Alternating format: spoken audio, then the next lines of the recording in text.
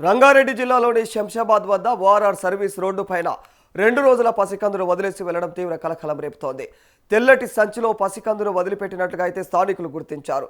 అటుగా వెళ్తున్నటువంటి వారు ఆ బ్యాగును గమనించి దానిలో ఉన్నటువంటి పసికందును గుర్తించి వెంటనే పోలీసులకు సమాచారం ఇచ్చారు.